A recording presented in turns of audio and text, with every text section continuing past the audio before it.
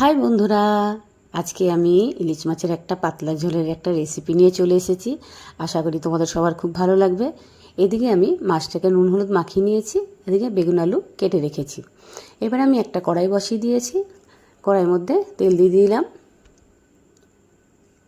এবার আমি নুন হলুদ মেখে রাখা ইলিশ মাছগুলো একটা একটা করে দিয়ে দিচ্ছি। আশা করি তোমাদের সবার খুব ভালো লাগবে এই রেসিপিটা। আমি আমার মতন করে বানিয়ে দেখাবো। দেখো, এক সাইড হয়ে গেছে, মাছটাকে উল্টিয়ে দিয়েছি আমি। যদি রেসিপিটা ভালো লাগে সাবস্ক্রাইব কিন্তু অবশ্যই করে দেবে। দেখো, মাছগুলো আমাদের ভাজা হয়ে গেছে। খুব বেশি আমি এটাকে ভাজবো না। তোমরা মাছটাকে না ভেজেও রান্না করতে পারো এই রেসিপিটা, যেহেতু আমি একটু ভেজে নিচ্ছি।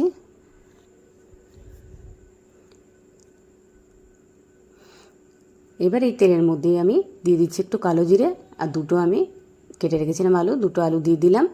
এগুলোকে একটু ভেজে নেব, সামান্য ভেজে নেব। দেখো, আমাদের আলুটা ভাজা হয়ে গেছে, খুব বেশিও ভাজিনি আমি। এবার আমরা কেটে রাখা বেগুনগুলোও ভেজে নেব একটু করে, অল্প করে। বেগুনগুলো প্রায় ভাজা হয়ে গেছে।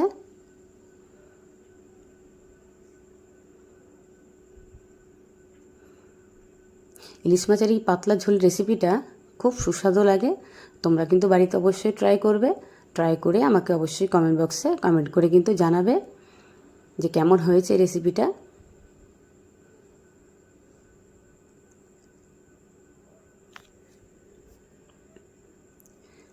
এবার আমরা এই কড়াইয়ের মধ্যেই একটু সামান্য তেল দিয়ে দেবো।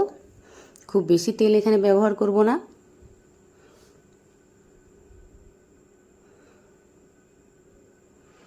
দেখো, খুব সামান্য তেল দিয়েছি। ওই তেলের মধ্যেই 4-5টা কাঁচা লঙ্কা চেরা দিয়ে দিয়েছি। এর মধ্যে আলু ভেজে রাখা আলুগুলো দিয়ে দিয়েছি। এবার দিয়ে দিলাম আমি একটু হলুদ, 1 চামচের মতন, আর স্বাদ মতন নুন।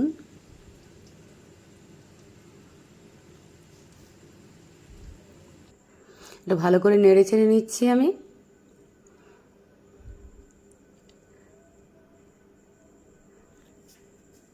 এবার আমি এটার মধ্যে সামান্য পরিমাণে একটুখানি জিরে গুঁড়ো দিয়ে দিয়েছি, আর কোনো মশলা ব্যবহার করব না এটার মধ্যে আমি।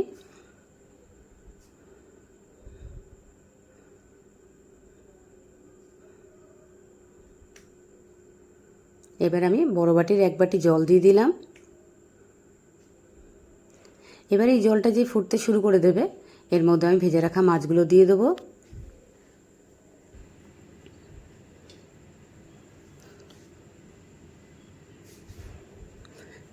মাছগুলো দিয়ে দিচ্ছি আমি একটা একটা করে। ইলিশ মাছের কত রকমের রেসিপি হয়, ভাপা হয়, পাতুরি হয়, তারপরে তোমার আর একটু ঝোল হয়। আমি ওগুলোর থেকে আমার এই রেসিপিটা খেতে খুব ভালো লাগে, কেন এটার মধ্যে কোনো মশলা দেওয়া হয় না, খুব একদম হালকাভাবে বানানো হয়। তার জন্য আমার এই রেসিপিটা খুবই ভালো লাগে। তোমাদেরও ভালো লাগবে, তোমরা কিন্তু বাড়িতে অবশ্যই বানাবে। আমাদের আলুটা প্রায় সেদ্ধ হয়ে এসছে, আর একটু হবে। এবার আমরা এটাকে একটু ঢেকে দেবো 5 মিনিটের মতো। ঢাকাটা একটু তুলে আমি একটু দেখে নিচ্ছি। দেখো, খুব হালকা হয়েছে আমার এই রেসিপিটা। ইলিশ মাছের ঝোল রেসিপিটা আমাদের একদম রেডি। এবার আমরা বড় একটা পাত্রের মধ্যে ঢেলে নেবো এটাকে। যদি আমার এই রেসিপিটা ভালো লেগে থাকে, লাইক শেয়ার কমেন্ট অবশ্যই করে দেবে।